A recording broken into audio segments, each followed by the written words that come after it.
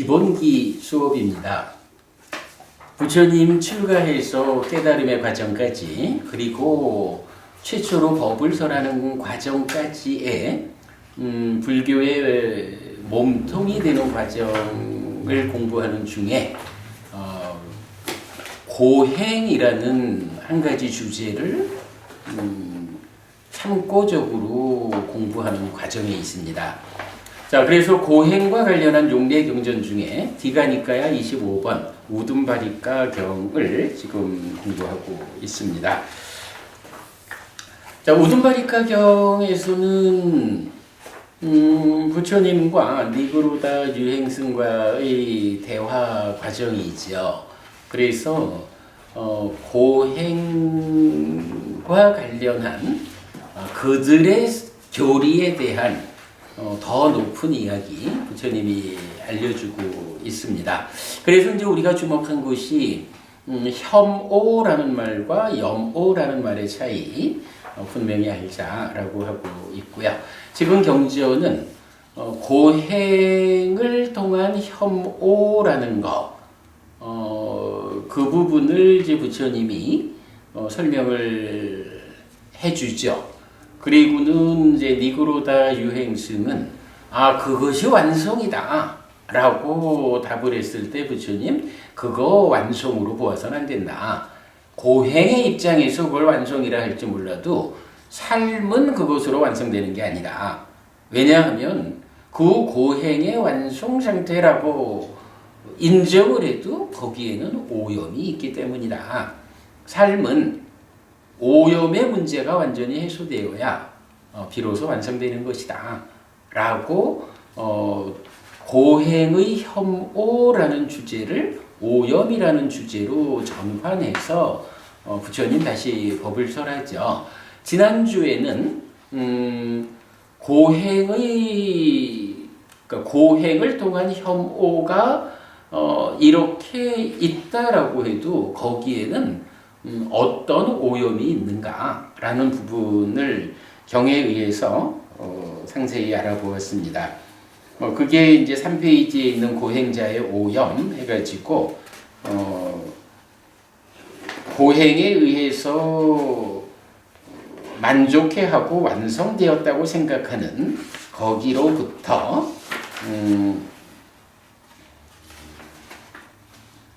여러 가지의 오염에 대한 이야기를 설명을 했죠. 자, 그리고는 7페이지 가장 밑에 가서 니그로다요 어떻게 생각합니까? 이 고행에 의한 혐오들은 오염입니까? 오염이 아닙니까? 대덕이시여 확실히 이 고행에 의한 혐오들은 오염입니다. 오염 아닌 것이 아닙니다. 대덕이시여 여기 어떤 고행자가 이 모든 오염을 갖추었을 것이라는 이런 경우는 있습니다. 어떤 몇 가지에 의해서야 말해 무엇하겠습니까? 부처님께서 이렇게 많은 것을 예를 들면서 고행의 혐오에는 이러한 오염이 있다라고 말씀하셨는데 말씀 듣고 보니 정말 그렇습니다.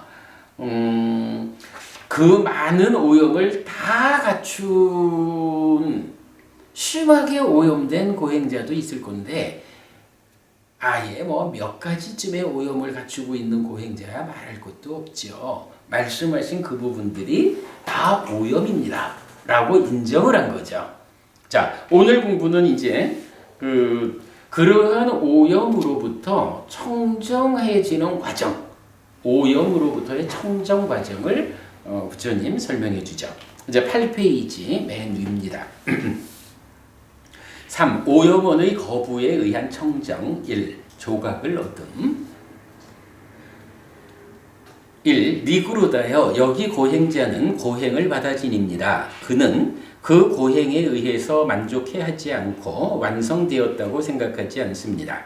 니그로다여 고행을 받아 지니는 고행자가 그 고행에 의해서 만족해하지 않고 완성되었다고 생각하지 않는 이런 그는 그 경우에 청정이 있습니다.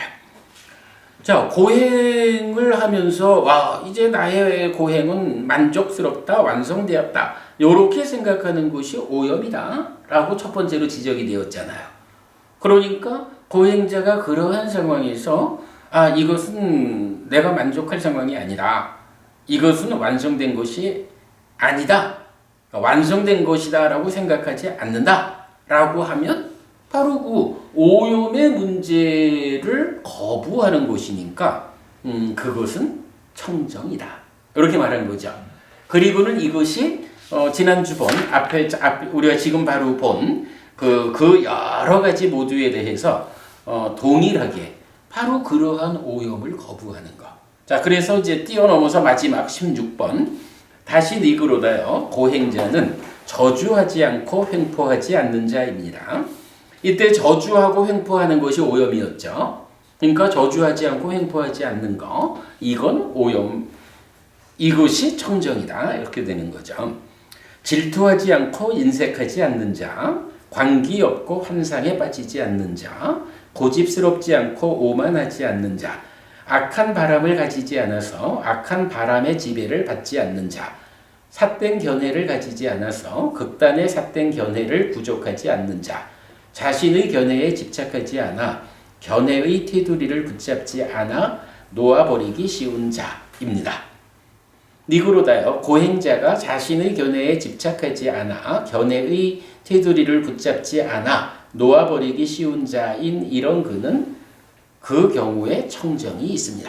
라고 해서 오염이라는 그 모든 것 각각에 대해서 그것을 거부하는 그 자리에 청정이 있다. 지난주에도 잠깐 말씀드렸지만 이런 거죠. 1대1의 대응 관계이기 때문에 이러하다라는 것의 부정은 그것과 반대되는 것으로 세워지는 거죠. 오염이다라는 것을 거부한다라는 것은 오염이 거부된 그 자리는 청정이 있는 것이다. 이렇게 말하는 거죠. 자, 이렇게 고행에 의한 혐오에 수반되는 오염 전체에 대해서 거부를 통한 청정, 이것을 이제 처음 지시했죠. 그리고는 이제 그게 뭐라는 거예요? 나무를 볼 때 나무가 안에 나무 심이 있다는 거죠. 나무 심이 있고 요 중간 과정 조금 푸석푸석한 요걸 뭐 백목질 이렇게 말하대요. 이런 과정이 이런 그 부분이 있고 그 다음에 껍질이 있는 거죠. 그런가 하면 뭐 소나무처럼 이 밖에 이렇게 울퉁불퉁 튀어나와 있는 조각들이 있잖아요. 지금 자, 요걸 이제 일단 요런 나무 모양을 생각하고 이제 8페이지 제일 밑에서 그런 모든 오염에 대한 거부에 의한 청정, 요걸 말씀하시고는 이제 부처님 또 이렇게 말하는 거죠. 니그로다요, 어떻게 생각합니까? 이러하다면 이 경우에 이 고행에 의한 혐오는 청정입니까? 청정이 아닙니까? 대덕이시여, 이 경우에 고행에 의한 혐오는 청정입니다. 고행에 따르는 그 오염을 거부한 그 상황, 이거 청정 맞습니다. 이렇게 답을 한 거죠. 그리고는 이어서 청정입니다. 청정 아님이 아닙니다. 최상을 얻은 것이고 정수를 얻은 것입니다.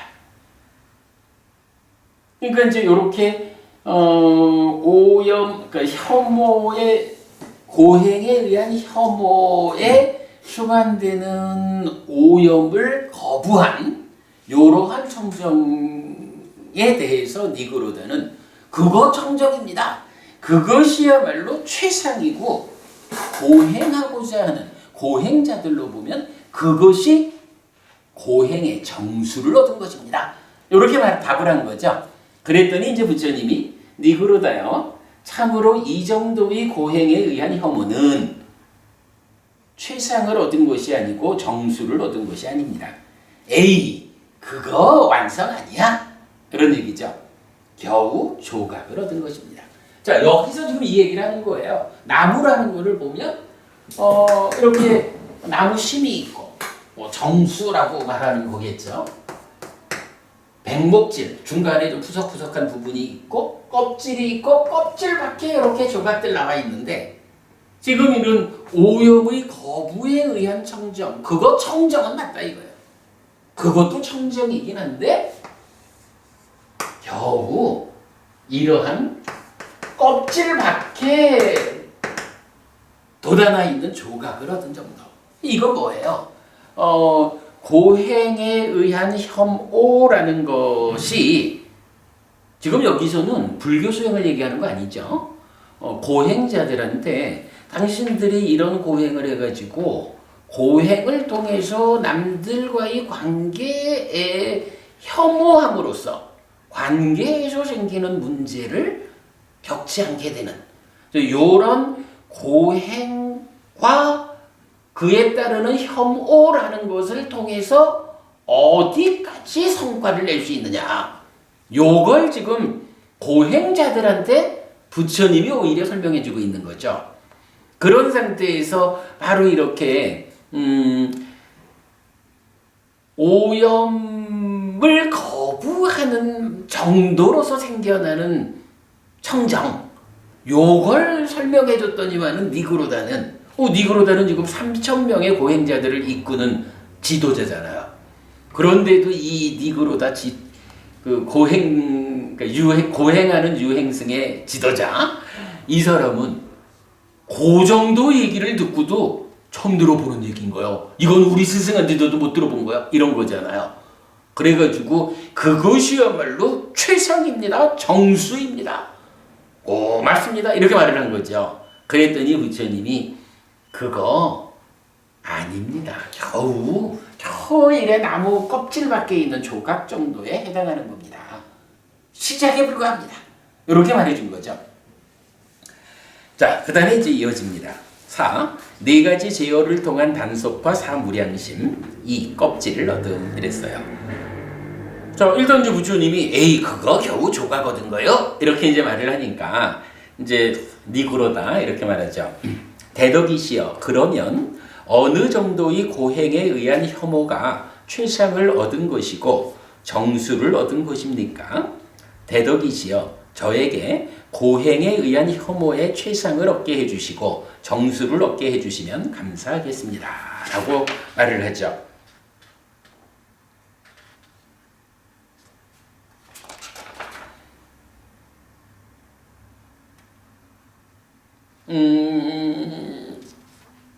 처음에는 이제 이게 앞에서 어떻게 고행에 의한 혐오가 완성됩니까? 라는 질문을 했었어요. 그 다음에는 오염이 있다라고 하니까 어떻게 여러 가지 오염이 있습니까? 라고 질문을 했고, 이제 세 번째로는 그 오염의 거부에 의한 청정이 완성입니다! 라고 말을 했다가 그거 겨우 조각에 불과합니다. 이러니까 이제 질문이 이제 한 단계 좀 업그레이드 되는 거죠. 그래서 고행에 의한 혐오의 최상을 얻게 해주십시오. 정수를 얻게 해주십시오. 이렇게 좀 더 높은 수준으로 이제 질문을 하는 거예요.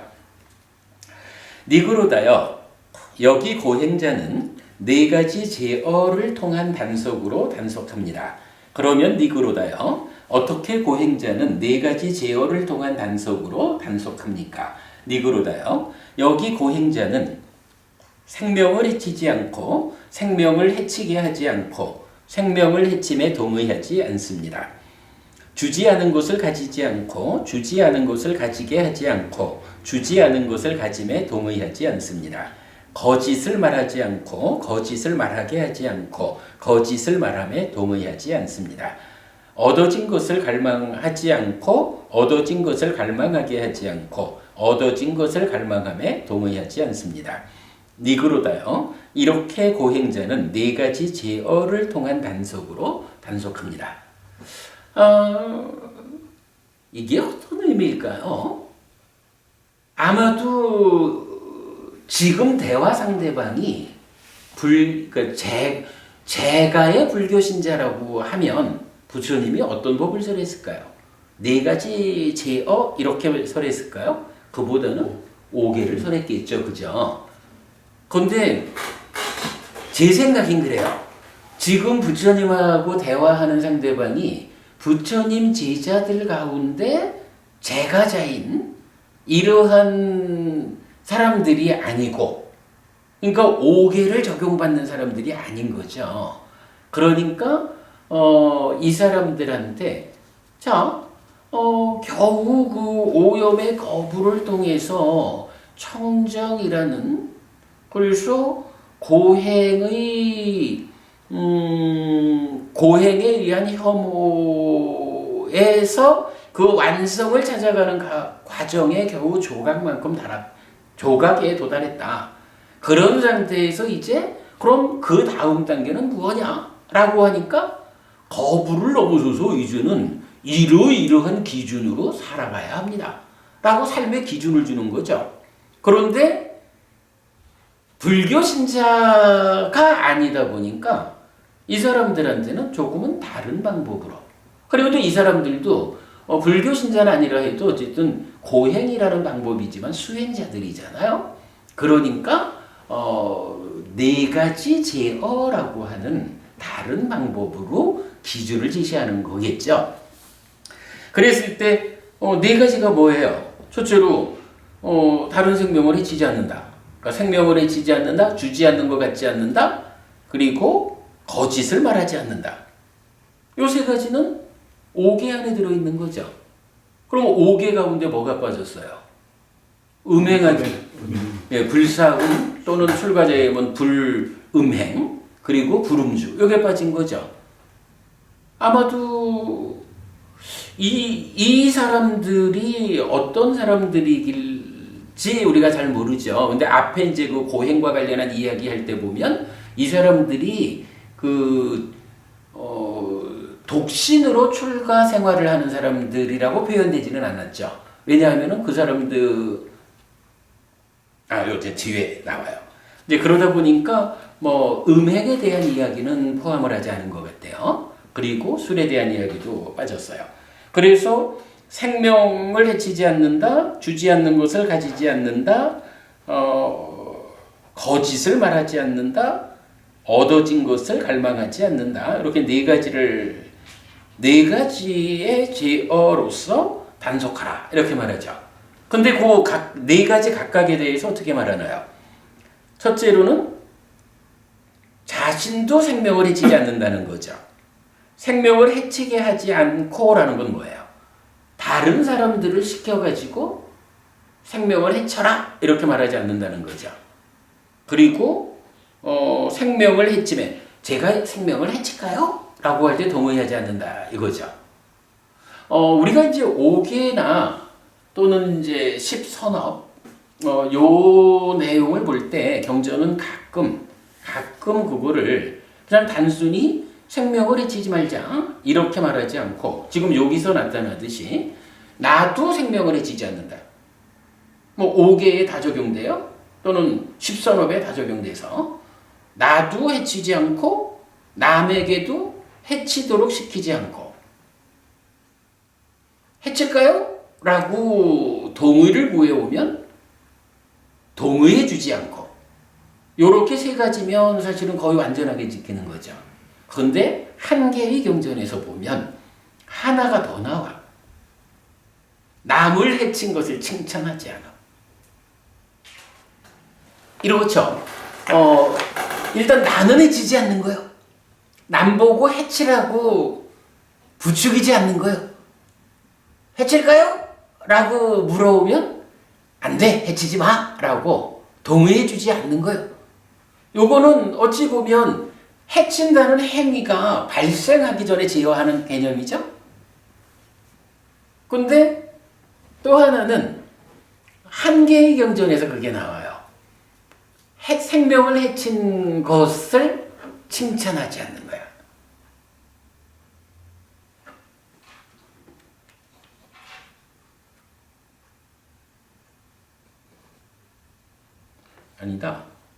아니다요. 제가 말 잘못했다. 그 네 번째는 뭐냐 하면 생명을 해칠까요? 해서 동의하지 않았잖아요. 그러면 그 다음에 해치지 않을 거 아니야. 동의하지 않으니까 해치지 말라 하니까 내가 해치지 말아야지. 이래서 해치지 않으면 그 해치지 않은 그것을 칭찬하는 거야. 제가 그 네 번째 거를 잘못 말했어요. 지금 경전 전체로 보면 이런 5개나 10선업에 대해서 얼마만큼 깊은 실천을 하느냐라는 데서 이렇게 나도 안 하고 남을 부추기지도 않고 동의를 구할 때 동의해주지 않고 그리고 그래서 해치지 않은 자를 칭찬하고 요런 네 가지가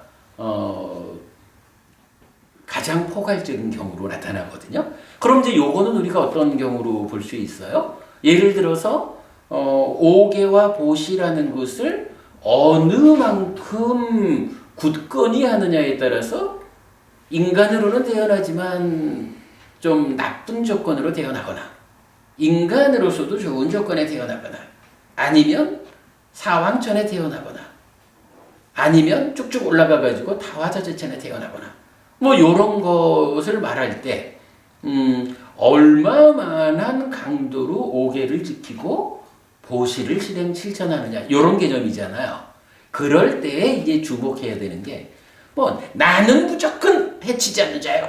요런 부분도 중요하지만 얼마나 더 강하게 심도 있게 5개를 실천하느냐 10선업을 실천하느냐 하는 데는 바로 요런 나 혼자만 해치지 않는 거 나 혼자만 주지하는 걸 갖지 않는 거 나 혼자만 바람 피지 않는 거 나 혼자만 거짓말하지 않는 거 나 혼자만 술 마시지 않는 거 요것도 내가 잘 지켜내는 것도 정말 한순간에 예외도 없이 나는 그렇게 살아 이것도 아주 강한 거죠. 그러나 거기에 다른 측면에서 더 강력하게 실천하는 방법이 사실은 이렇게 나타나는 거예요. 나도 그렇게 하고 남들한테도 해치면 안 되는 거요. 주지 않는 것 같지 마. 바람 피면 안 돼. 거짓말하지 말고 술 마시지 않아야 돼. 이렇게 다른 사람들을 부추겨서 이러한 5개를 지키는 삶을 실천하도록 이끄는 것. 이게 그대로 내가 5개를 실천하는 강력한 방법의 하나인 거예요. 그런가 하면 아버지 제가 이런 경우에 어떻게 해야 될까요? 이러면 이런 것은 5개에 어긋나니까 하지 마라 라고 제가 이런 방법을 쓰면 좀 쉽겠는데요 할 때 동의해 주지 않는 거. 그리고 동의해 주지 않았더니 아버지 말씀 듣고 제가 그런 일을 안 했어요 라고 하면 훌륭하다. 너는 참 잘했다 라고 칭찬해 주는 거. 요런 네 가지 형태로 5개 또는 10선업을 실천하는 것이 가장 완성된 경우로 경은 말해주거든요. 근데 여기서는 지금 네 가지 제어에 의한 단속 하면서 그 중에 앞에 세 가지를 말해주고 있죠. 자, 어쨌든 부처님 이제 이 유행생들한테 고행하는 사람들한테 오염을 거부하는 것에 의한 청정은 훌륭하지만 겨우 이제 시작이고 이제 두 번째 단계로는 이렇게 네 가지 제어를 통해서 삶을 단속해야 합니다. 라고 먼저 꺼낸 거죠. 그리고는 이어가지고 니그로다요. 고행자가 네 가지 제어를 통한 단속으로 단속하기 때문에 그 수행자 다움에 이러함이 있습니다.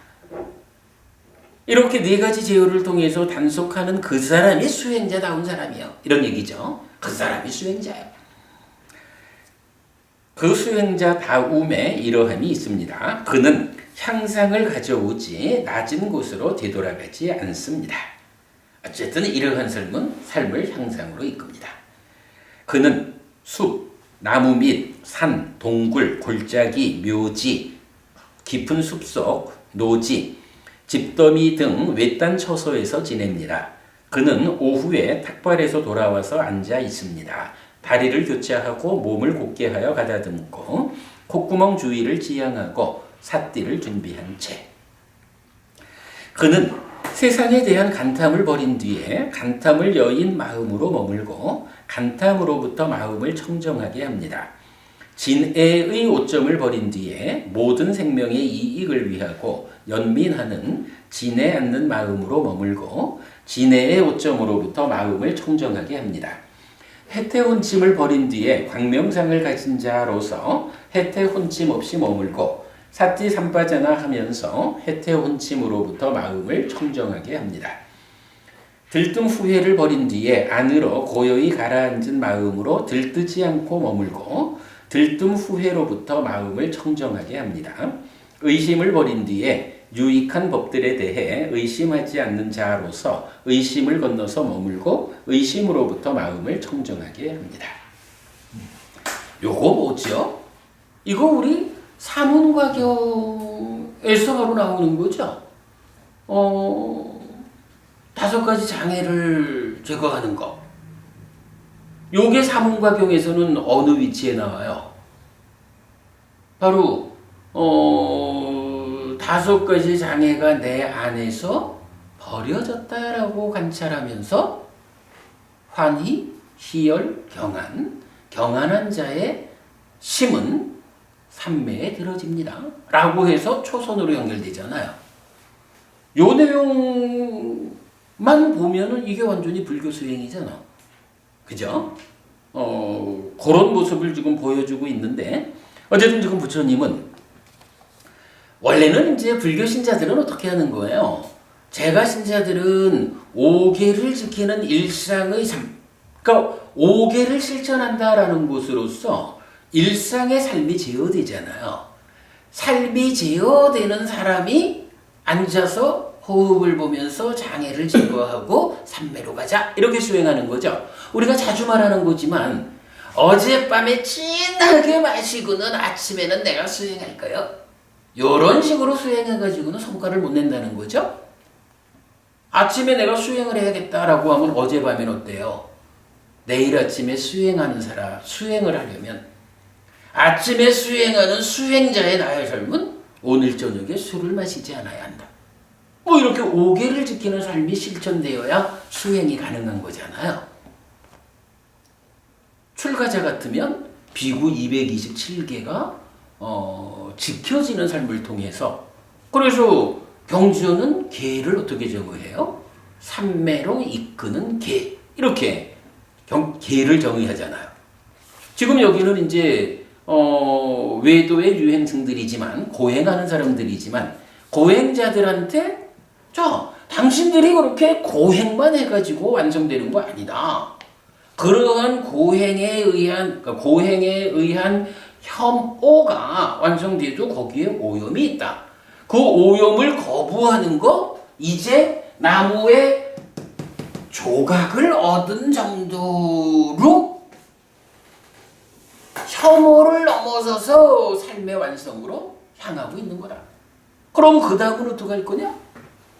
그대들도 수행을 해야 된다. 고행이라고 하는 이런 개념 말고 어쨌든 수행을 해야 된다 라고 수행으로 이끌어주는 거죠. 고행으로 출발해가지고 혐오한다라고 하는 나름의 토대가 갖추어진 거죠. 이 사람들도.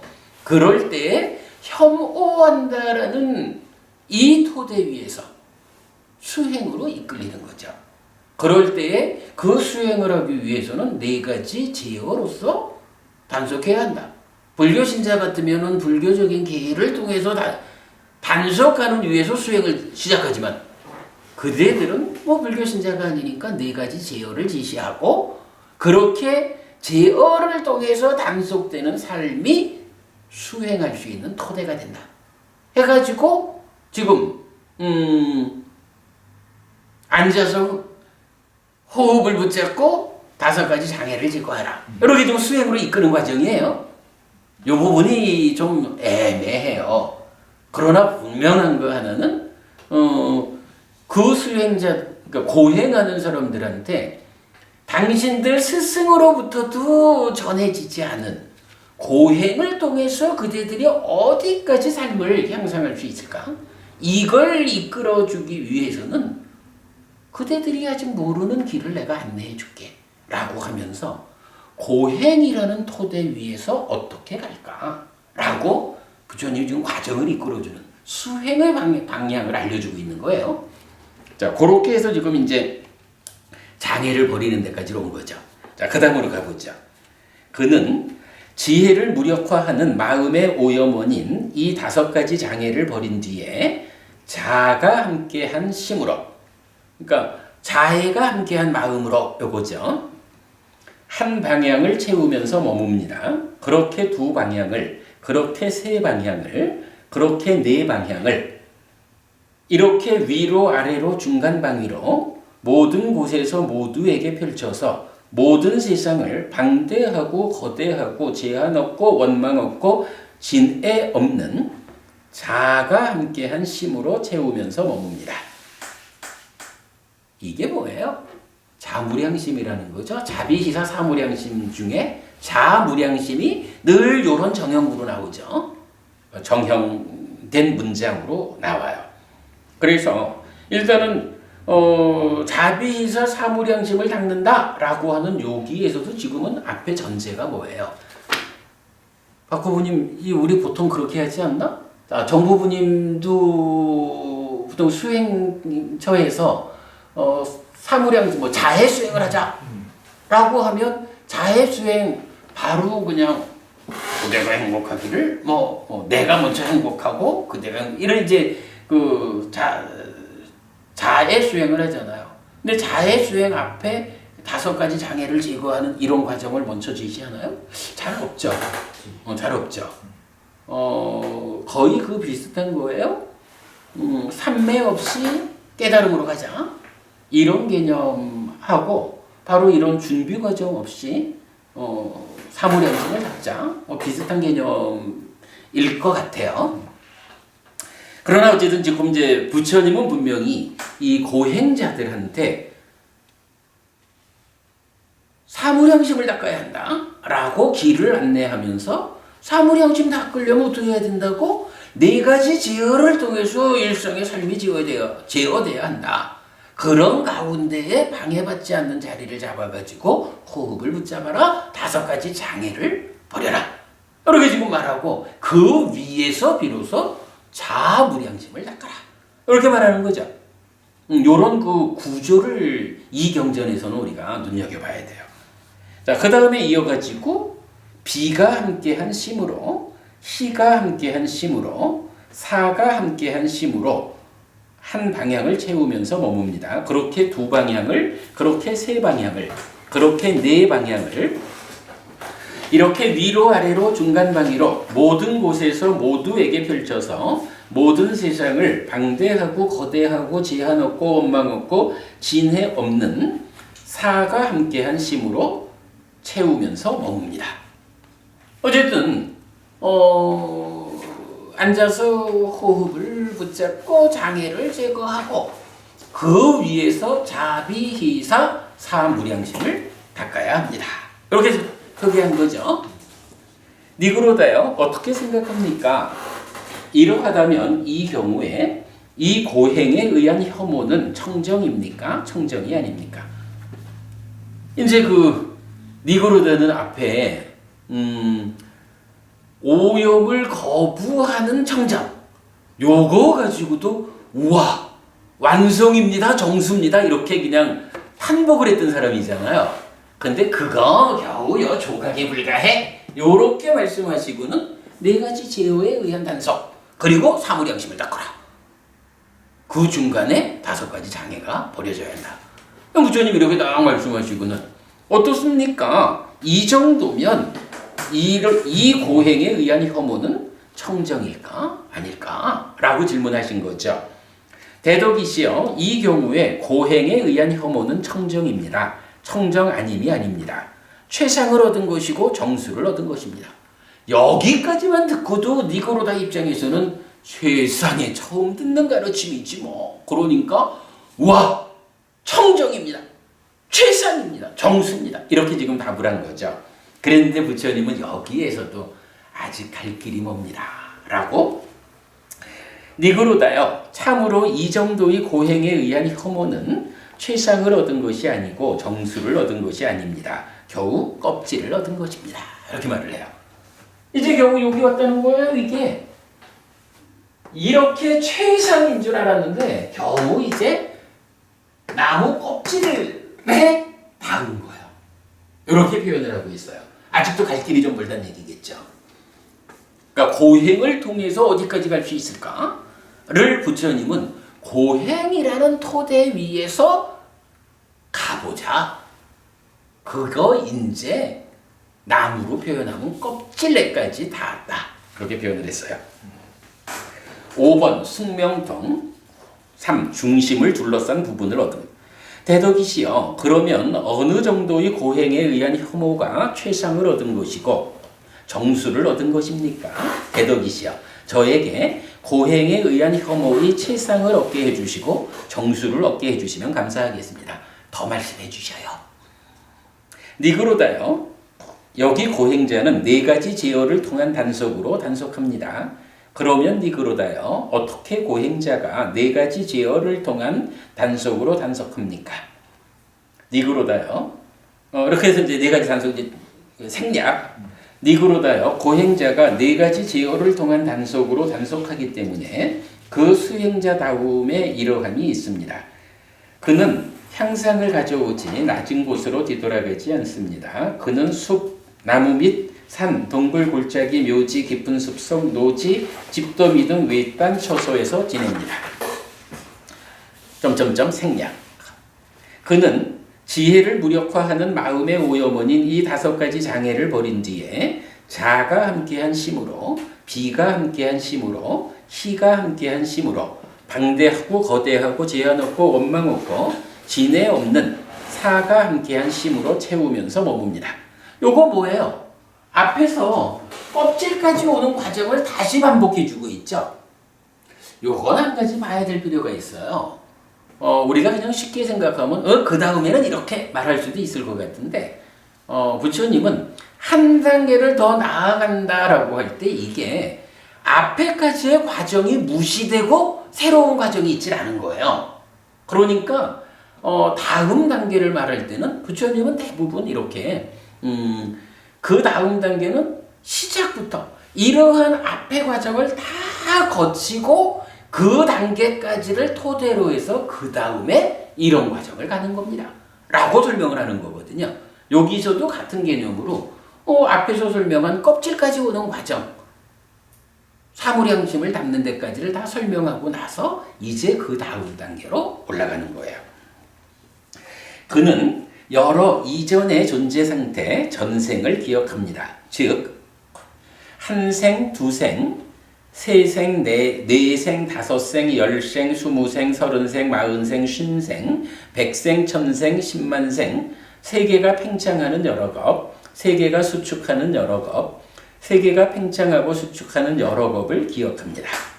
이러이러한 곳에서 나는 이런 이름이었고, 이런 종족이었고, 이런 용모였고, 이런 음식을 먹었고 행복과 괴로움을 이렇게 경험했고 수명의 한계는 이러했다. 나는 거기에서 죽어 이러이러한 곳에 태어났다. 그곳에서 나는 이런 이름이었고 이런 종족이었고 이런 용모였고 이런 음식을 먹었고 행복과 괴로움을 이렇게 경험했고 수명의 한계는 이러했다. 나는 거기에서 죽어 여기에 태어났다라고. 이처럼 상태와 함께 상세한 설명과 함께 여러 이전의 존재 상태, 전생을 기억합니다. 이거 뭐죠? 숙명통이죠. 숙명통까지. 그러니까 사무량심 이후에 여기서 우리가 한 가지는 주목해야 됩니다. 호흡을 붙잡고 장애를 제거했잖아요. 그런 다음에 불교 수행, 팔정도가 지시하는 이 깨달음으로 가는 바른 길은 어떻게 지시돼요? 호흡을 붙잡고 5가지 장애를 제거하면 그 다음에 내 안에서 장애가 제거되었다라고 관찰하면서 뭐죠? 박과부님? 니르라미사 베다나. 그죠? 이 중요한 개념 놓치면 안 되는 거예요.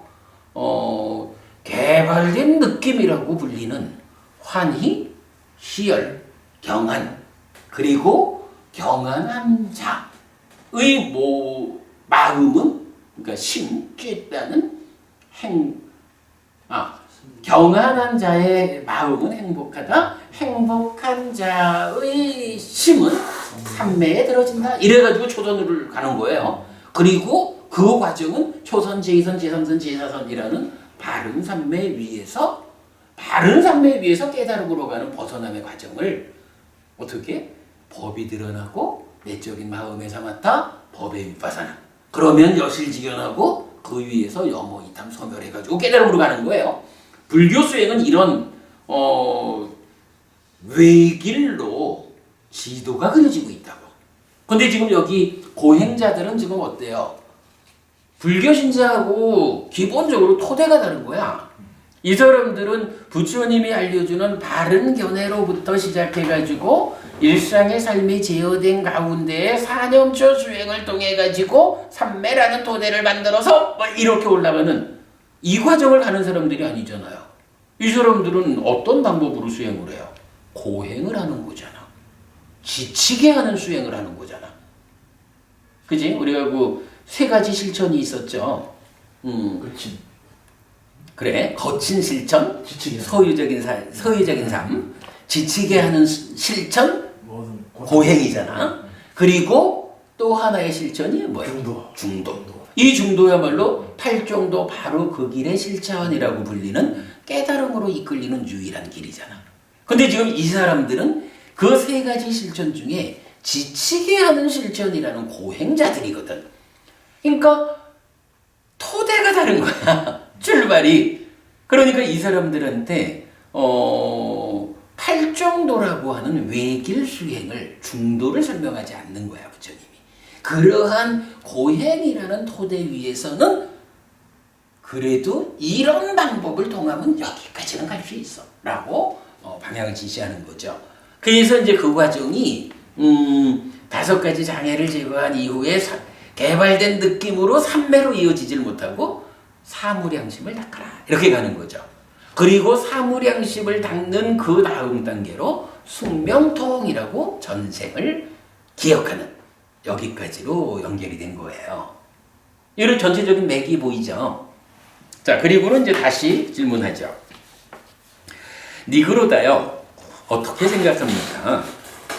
이러하다면 이 경우에 이 고행에 의한 혐오는 청정입니까? 청정이 아닙니까? 대덕이시여, 이 경우에 고행에 의한 혐오는 청정입니다. 청정 아님이 아닙니다. 최상을 얻은 것이고 정수를 얻은 것입니다. 와, 숙명통까지 가다니요? 전생을 기억하다니요? 이건 완성입니다. 이렇게 이제 니그로다는 답을 하죠. 그러나 부처님, 니그로다요, 참으로 이 정도의 고행에 의한 혐오는 최상을 얻은 것이 아니고 정수를 얻은 것이 아닙니다. 겨우 중심을 둘러싼 부분, 백목질이라고 하는 요 부분, 요걸 얻은 겁니다. 이렇게 말하는 거죠. 그러면 아직까지도 이 정수라고 하는 여기까지에는 가야 할 길이 더 있는 거죠. 부처님이 보는 바에 의하면 그대들이 비록 토대가 중도를, 그러니까 팔정도 바로 그 길을 실천하지 못하고 지치게 하는 실천인 고행을 실천하는 시작이 잘못되었기 때문에 깨달음으로 이끌리지는 않겠지만 그러나 그 가운데에서도 그대들이 이런 과정을 통해서 전생을 기억한다, 숙명통을 얻었다. 그거보다는 조금 더 갈 수 있어. 아직까지 신재에 도달하지는 못했어. 이렇게 말하는 거죠. 6. 천한통. 4. 최상의 정수를 얻음. 대덕이시여, 그러면 어느 정도의 고행에 의한 혐오가 최상을 얻은 것이고 정수를 얻은 것입니까? 대덕이시여, 저에게 고행에 의한 혐오의 최상을 얻게 해주시고 정수를 얻게 해주시면 감사하겠습니다. 니그로다요, 여기 고행자는 제어를 통한 단속으로 단속합니다. 그러면 니그로다요, 어떻게 고행자는 4가지 제어를 통한 단속으로 단속합니까? 생략하고, 니그로다요, 고행자가 4가지 제어를 통한 단속으로 단속하기 때문에 그 수행자다움의 이러함이 있습니다. 그는 향상을 가져오지 낮은 곳으로 되돌아가지 않습니다. 그는 숲, 나무 및 산, 동굴, 골짜기, 묘지, 깊은 숲속, 노지, 집더미 등 외딴 처소에서 지냅니다. 점점점 생략하고 그는 지혜를 무력화하는 마음의 오염원인 이 5가지 장애를 버린 뒤에 자아가 함께한 심으로 내지 방대하고 거대하고 제한 없고 원망 없고 진해 없는 사가 함께한 심으로 채우면서 머뭅니다. 내지 그는 다양한 전생의 삶들을 기억합니다. 즉 한생, 두생, 세생, 네생, 다섯생 내지 이처럼 상태와 함께 상세한 설명과 함께 다양한 전생의 삶들을 기억합니다. 역시 앞에의 단계적인 과정을 되풀이해 주죠. 그리고는 그는 청정하고 인간을 넘어선 신성한 눈, 천안으로 중생들이 죽고 태어나고 저열하고 수승하고 잘생기고 못생기고 좋은 곳에 가고 나쁜 곳에 가는 것을 봅니다. 업에 따라가는 중생들을 분명히 합니다. 이들은 신으로 나쁜 삶을 살고 구로 나쁜 삶을 살고 의로 나쁜 삶을 살고 성자들을 비방하고 삿된 견해를 가졌고 사견업을 지었다. 이들은 몸이 무너져 죽은 뒤에 상실과 비탄의 상태, 비참한 존재, 벌받는 상태, 지옥에 태어났다. 그러나 이들은 신으로 좋은 삶을 살고 구로 좋은 삶을 살고 의로 좋은 삶을 살고 성자들을 비방하지 않고 바른 견해를 지니고 정견업을 지었다. 이들은 몸이 무너져 죽은 뒤에 좋은 곳 하늘 세상에 태어났다라고. 이와 같이 그는 청정하고 인간을 넘어선 신성한 눈으로 중생들이 죽고 태어나고 저열하고 수승하고 잘생기고 못생기고 좋은 곳에 가고 나쁜 곳에 가는 것을 봅니다. 업에 따라가는 중생들을 분명히 압니다. 요건 이제 육신통 중에 깨달음을 의미하는 누진통을 제외한 5번째, 가장 끝에 있는 거죠. 깨달음의 실현 하나를 제외하고는 가장 높은 상황까지를, 가장 높은 상태를 이제 천안통이라고 설명이 되잖아요. 그런데 지금 여기서는 이런 고행에 의한 혐오, 이 방법을 수행으로 연결해가지고 오면 비록 토대에 문제가 있어서 깨달음으로 가지는 못하지만 천안통이라는 그 높은 경지를 할 수 있다. 이렇게 말하는 거죠. 그래서 제가 이제 늘 말하기를 고행이라는 이 방법으로도 천안통이 가능합니다. 라고 말하는 게 이 경에 근거한 거죠. 니그로다요, 어떻게 생각합니까? 이러하다면 이 경우에 이 고행에 의한 혐오는 청정입니까? 청정이 아닙니까? 대덕이시여, 이 경우에 고행에 의한 혐오는 청정입니다. 청정 아님이 아닙니다. 최상을 얻은 것이고 정수를 얻은 것입니다. 똑같이 말하죠. 그랬더니 이제 부처님께서는 이 부분을 이제 비로소 인정을 하는 거예요. 니그로다요, 참으로 이 정도의 고행에 의한 혐오는 최상을 얻은 것이고 정수를 얻은 것입니다. 그래 이만큼 천안통까지를 와야 비로소 이게 나무의 심재를 얻은 거야. 이렇게 말한 거죠. 자, 그럼 이거 4단계 어떻게 돼 있죠? 첫 번째, 가장 밖에 두드러져 있는 조각을 얻었다라는 것은 오염의 거부에 의한 청정이죠. 오염의 거부에 의한 청정. 껍질을 얻은 거는 뭐였죠? 사무량심이죠. 4가지 제어에 의한 단속에 이어지는 사무량심. 백목질, 이 나무 중간까지를 온 거는 숙명통이죠. 그리고 나무의 심재에 도달했다. 정수다. 최상이다. 라고 하는 거. 천안통. 이 4가지가 다 뭐냐 하면 고행에 의한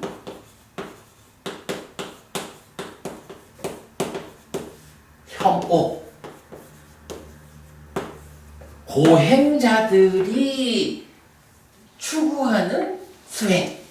이것에 의해 가지고 어디까지 갈 수 있습니까? 라는 이 주제에 대해서 사실은 니그로다를 리더로 하는 그 3,000명의 고행자들은 몰랐죠.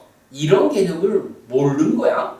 부처님하고 만나가지고 그 병의 시작 부문에 그렇게 나오잖아요. 부처님 당신은 어떤 법으로 제자들한테 설법을 하고 당신의 제자들은 어떤 법에 의해 가지고 안심을 얻고 범행을 시작해야겠다. 이렇게 마음을 먹습니까? 이런 질문을 했더니 부처님이 에이 그런 얘기는 해줘도 그대들과 같이 견해가 다르고 스승이 다르고 이런 사람들은 못 알아들어. 그대들의 스승에게서 전승된 것을 물어봐. 그러면 그대들의 스승이 알려주었지만 그러나 그대들의 스승도 모르는 그대들의 방법에 더 높은 이야기 내가 들려줄게. 해가지고 요 얘기를 해준 거잖아요. 지금 경전의 그 전체적인 흐름을 볼 수가 있는 거죠. 자, 그렇게 이제 여기까지 왔어요.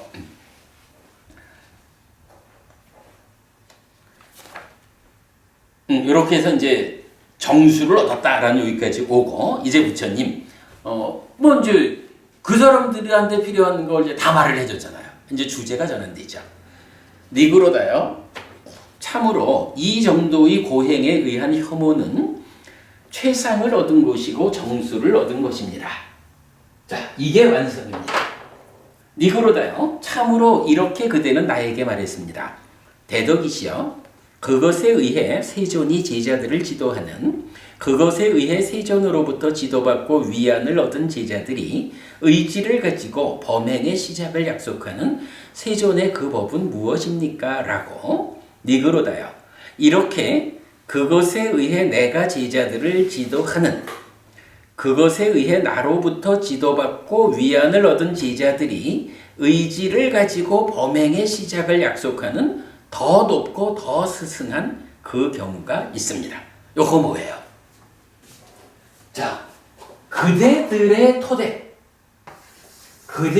토대에서는 이게 완성이다 이거예요. 그런데 이 완성과는 다른 곳에, 그죠? 다른 곳에 바로 더 수승한, 이것보다 더 높고 훌륭한 수승한 경우로 나의 법이 있다 이 얘기죠.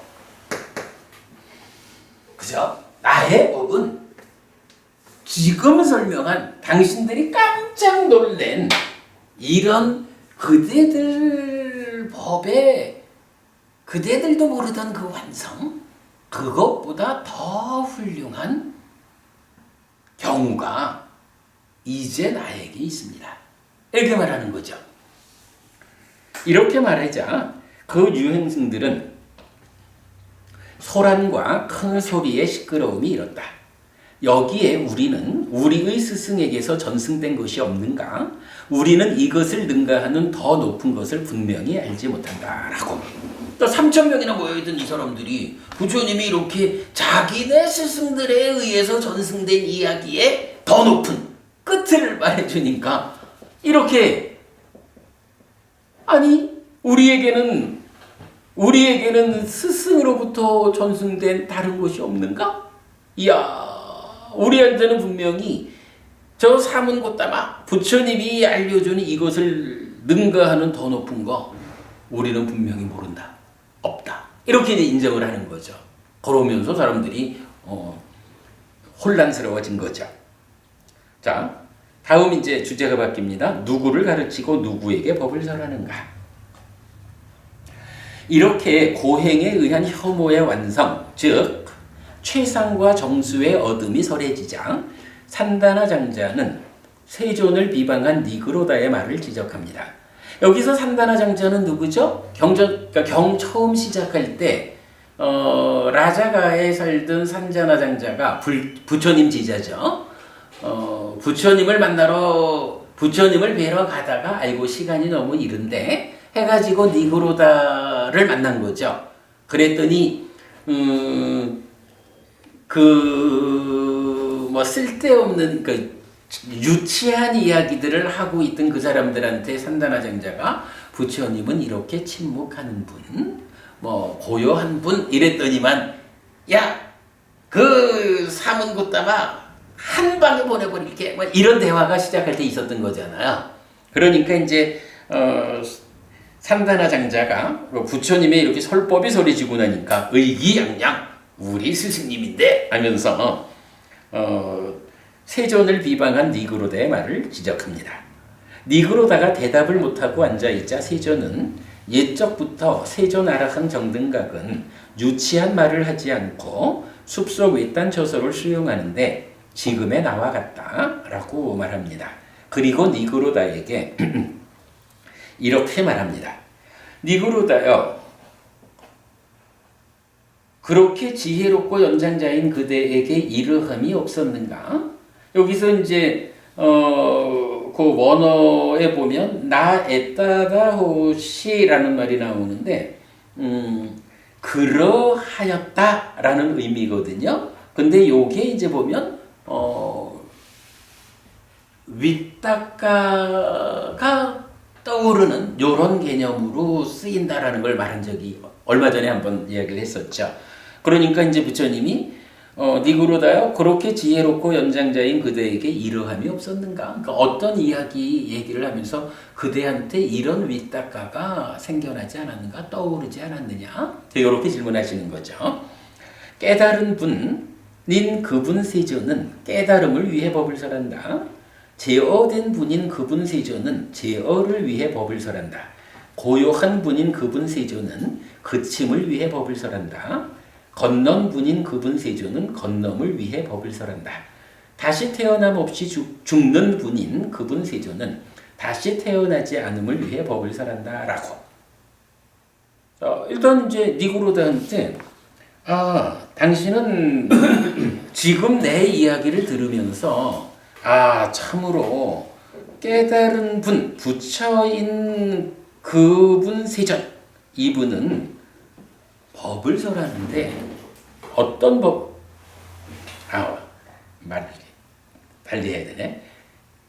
법을 설하는데 그 법에 대해서 어떻게 표현을 해요? 첫째로는 깨달은 분, 부처인 그분 세존은 그가 깨달은 자이니까 깨달음을 위해서 법을 설한다. 이렇게 말하는 거죠.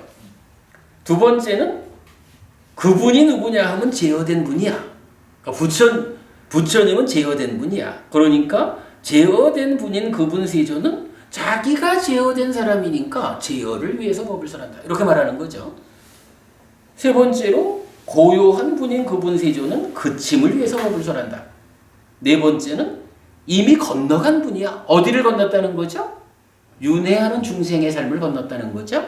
그래서 그분 세존은 건nom을 위해 법을 설한다. 다시 태어남 없이 죽는 분. 부처님은 이제 아라한이니까 죽으면 다시 태어나지 않죠. 그 얘기죠. 그분 세존은 다시 태어나지 않음을 위해 법을 설한다. 라고. 이런 생각이 안 들든가? 당신한테서 그런 윗닦아가 내 말을 들으면서 올라오지 않든가? 이렇게 질문하신 거죠. 여기서 우리가 주목해야 되죠. 정보부님, 부처님은 어떤 분이에요? 그래, 그 부처님은 어떤 분이야? 부처님을 누구라고 말을 해야 될까? 그래. 지금 여기서 바로 그 얘기를 해주잖아. 부처님 누구예요? 깨달은 분, 붓다인 그분 세존 이랬죠. 그분 세존은 첫째가 부처님이야. 깨달은 분이야. 그리고 두 번째가 그 부처님은 제어된 분이야. 그리고 그 부처님은 고요한 분이야. 그분은 건넌 분이야. 그분은 다시 태어남이 없이 죽는 분이야. 이렇게 지금 부처님을 설명하고 있죠. 여기서 사실 우리가 주목해야 돼요. 부처님을 설명하는 또 다른 방법이 이렇게 나오는 거예요. 우리가 보통은 부처님을 열애시포 또는 붓다 부덕 이래가지고 열애 아라한 정등각 명행족 선서 세간의 무상조어장부 불세존 이렇게 말하잖아요. 그런데 그 중에 세전과 불이라는 두 가지만을 딱 꺼내면서 그분이 누구냐라고 하니 제어된 분이야. 그분이 누구냐라고 하니 건넌 분이야. 그러면 깨달은 분, 제어된 분, 고요한 분이야.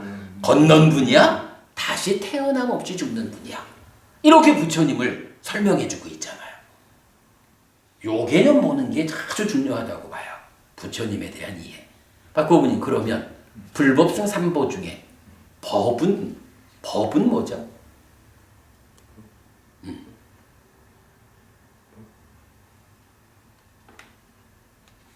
이렇게 보면 되지 뭐.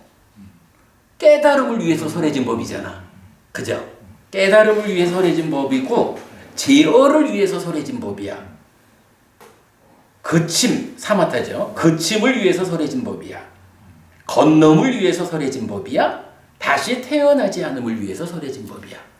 그러니까 이 표현 뭐 그대로 똑같은 말이지 뭐. 깨달음을 위한 법, 제어를 위한 법, 그침을 위한 법, 건nom을 위한 법, 다시 태어나지 않음을 위한 법. 이 경에서 불법성 삼보에 대한 일반적인, 그죠? 쇠전하라한 정등강 명행조 선서 세간의 무상조장부 불쇠전, 아니면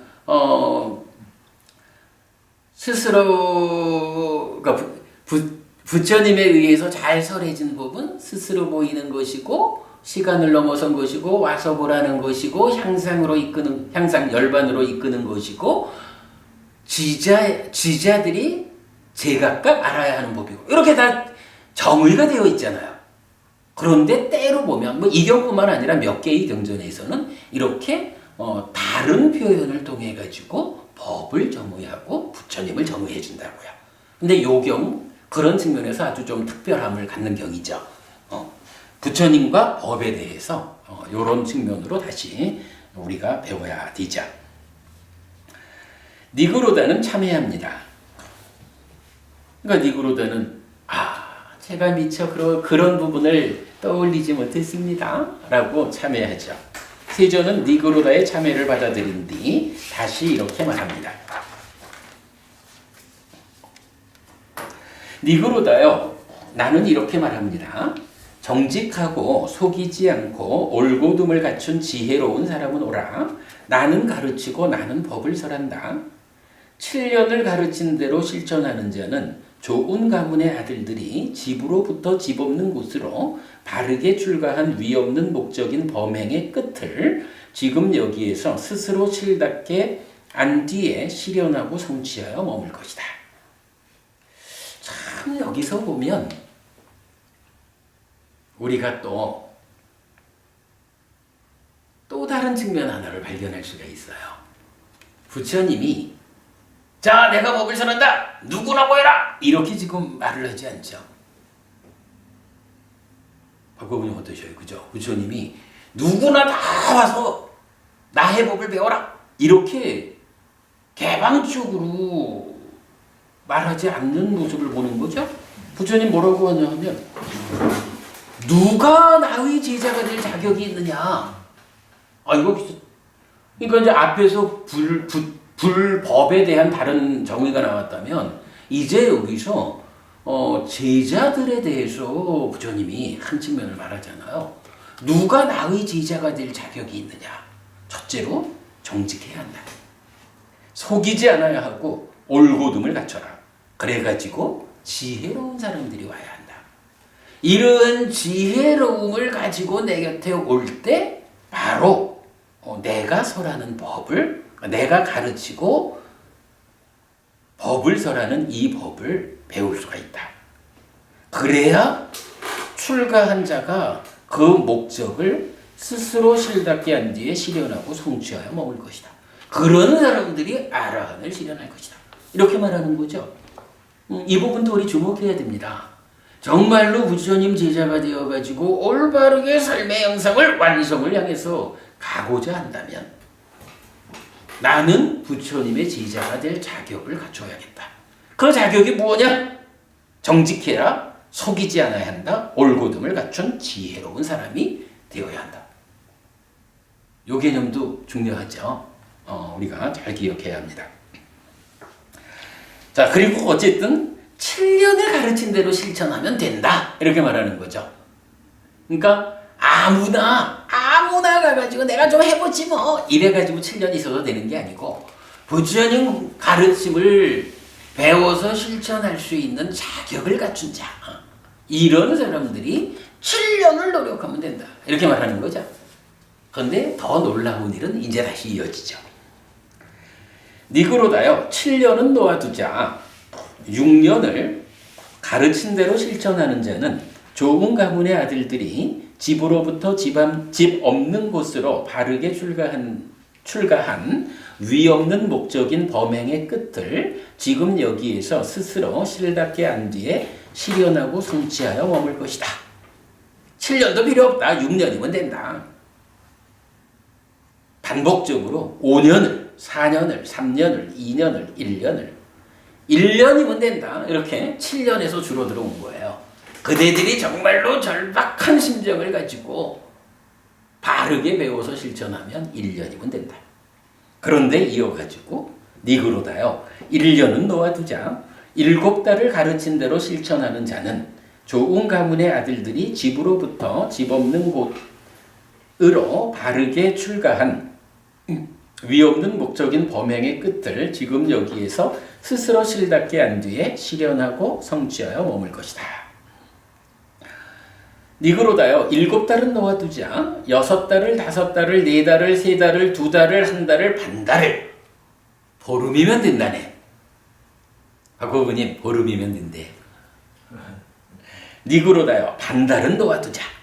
7일을 가르친 대로 실천하는 자는 좋은 가문의 아들들이 집으로부터 집 없는 곳으로 바르게 출가한 위없는 목적인 범행의 끝을 지금 여기에서 스스로 실답게 한 뒤에 실현하고 성취하여 머물 것이다. 라고. 니그로다한테 나는 이렇게 말합니다. 7일이면 된다. 라고. 이렇게 말한 거죠. 당신들의 고행에 의한 혐오라는 이 방법에서의 완성을 넘어서는 더 수승한 경무라는 것이 나의 법인데 나의 법은 이러이러한 법이다.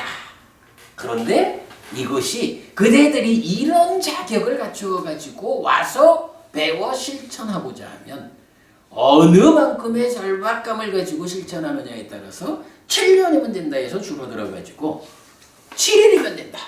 부처님 이렇게 말씀하신 거죠. 이거 지난번에 우리 어떤 경이었죠? 보디 왕자의 경이었던가요? 정형적으로 좀. 아니 근데 이제 7일보다 더 작아가지고 반나절이면 된다. 거기 그렇게까지 설해진 경전이 있었죠. 그거 제가 확인해 드릴게요. 자, 이제 마지막으로 가볼까요?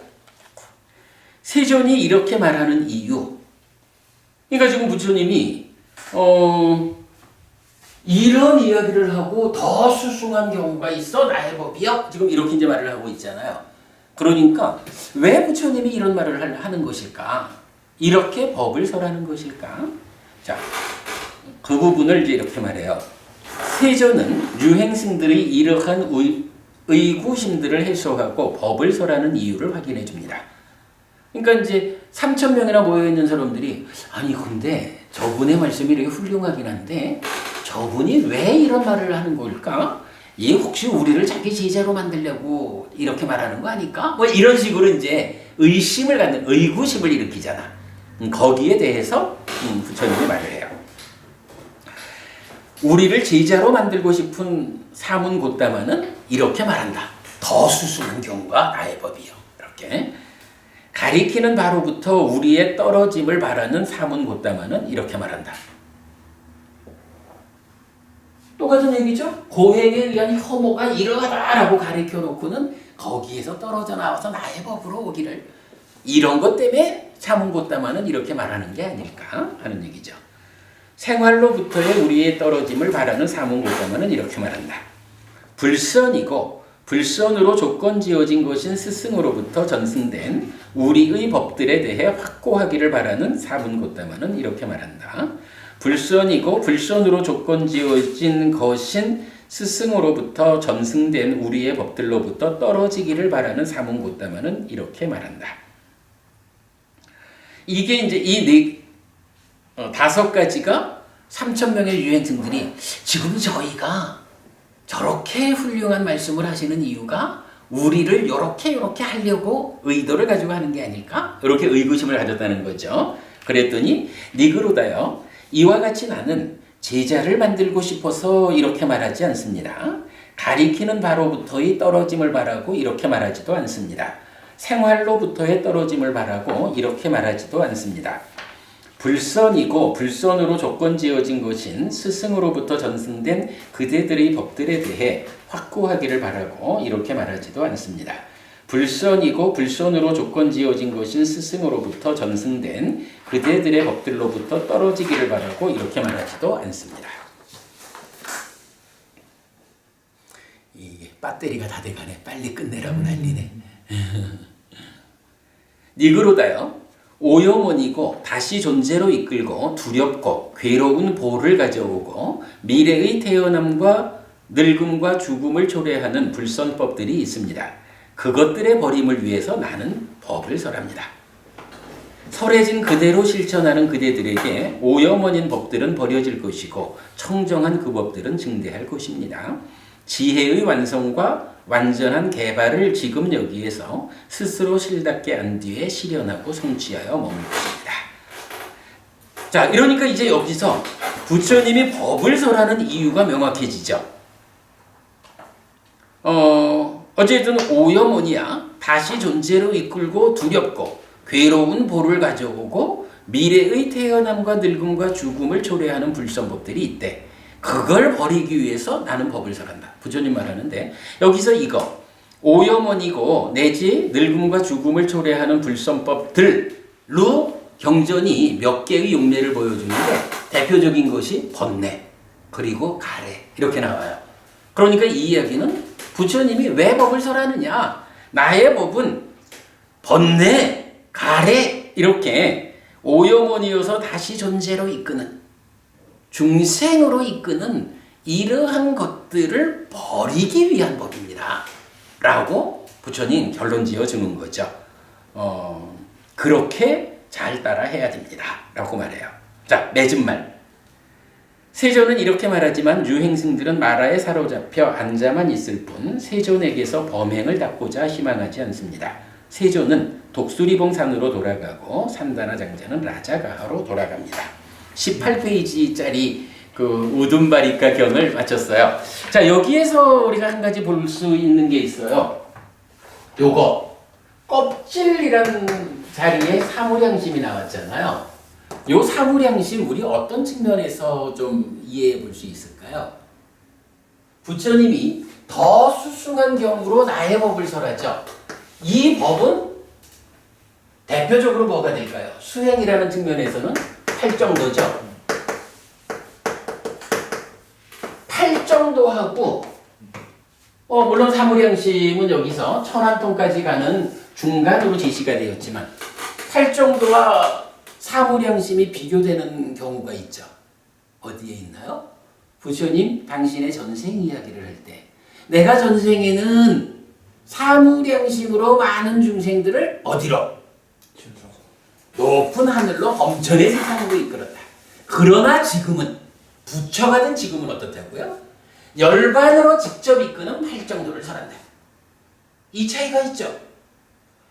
이렇게 놓고 보면 사무량심으로 높은 하늘로 많은 사람을 이끌었다라는 전생의 이야기는 그게 글쎄 뭐 어떤 과정인지 우리가 정확히 모르지만 말하자면 고행에 의한 방법으로도 연결이 되는 거라고요. 사무량심으로 높은 하늘로 이끌었다라는 거기에는 더 반성되면 숙명통과 천안통까지도 가는 사무량심 이후 과정도 우리가 비교해 볼 수가 있겠죠. 이렇게 전생 이야기의 측면에서 열반으로 직접 이끄는 8정도를 설하는 지금 부처님하고 깨달음을 성취하지 못했을 때 자비휘사 사무량심에 의해 가지고 범전의 세상 높은 하늘로 이끌던 전생의 스승의 역할하고 차이가 있죠. 우리가 가끔 말하는 거지만 불교가 부처님으로부터 멀어지면서 대승으로 밀교로 티베트로 이렇게 가면서 불교를 대표하는 개념이 자애다, 자다라고 변질되어 가죠.